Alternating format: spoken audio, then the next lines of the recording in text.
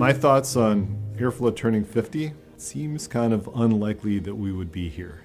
If you consider the rocky start of the company back in 1973 and the really rocky middle with the two founders having passed away recently, and in 1999, Airflow would have needed a kind of a sucker to buy it.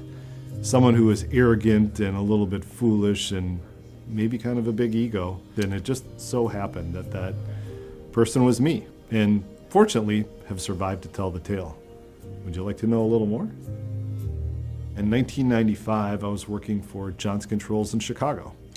And my dad would periodically ask me, hey, have you had enough for working for a big company? And right around then, I kind of had figured out what he meant by that, and I had had enough. And so I reluctantly agreed to join my dad here at Airflow.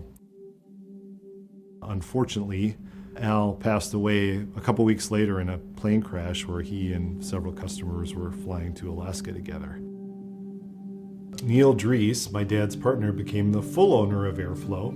And Neil was hoping to retire at some point, so he asked me to come on, and I did. And so we worked together for a year. Unfortunately, Neil got cancer shortly after that. His plan had been to kind of RV off into the sunset, and sadly that didn't work out either. And he passed away a short few months later. The rocky middle isn't much different from Airflow's rocky start. Picture it's 1973. In 1973, people didn't do side hustles and start businesses, right? They just got their job, they worked their job. You should be thankful you have a job.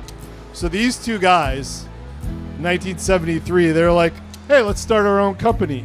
But I'm just imagining my mom and Mary Alice when those two guys come home and they're like, hey, we're going to start a company. Did you forget that we have 8 kids between the two families that are under 10 years old? Like, you've got to be kidding.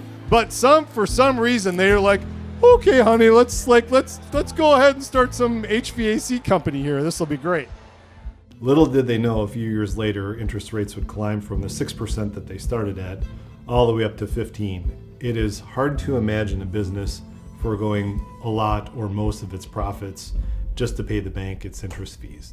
But they ran pretty lean, and they brought some great products to market, certainly Lauren Cook and Metal Air at the time, and Semco, among others. And while bringing brands to market is noteworthy, I have to commend their resilience. Only one company in 3 makes it 10 years, and only 1 in 5 makes it to 20.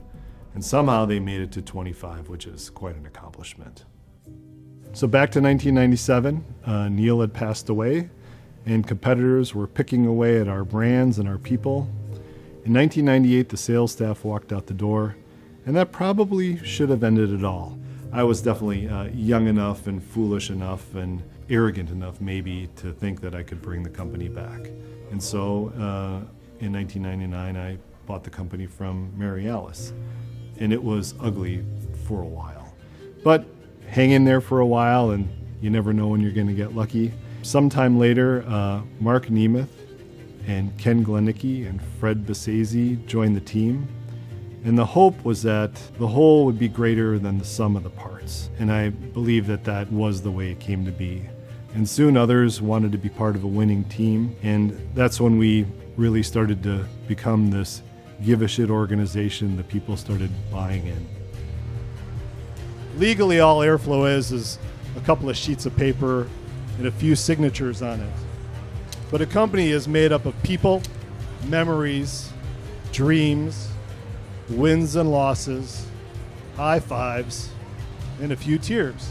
So while I'm excited to take a moment and celebrate this instant of time where we enjoy our 50th anniversary, I'm really most looking forward to the next 50, which begins now.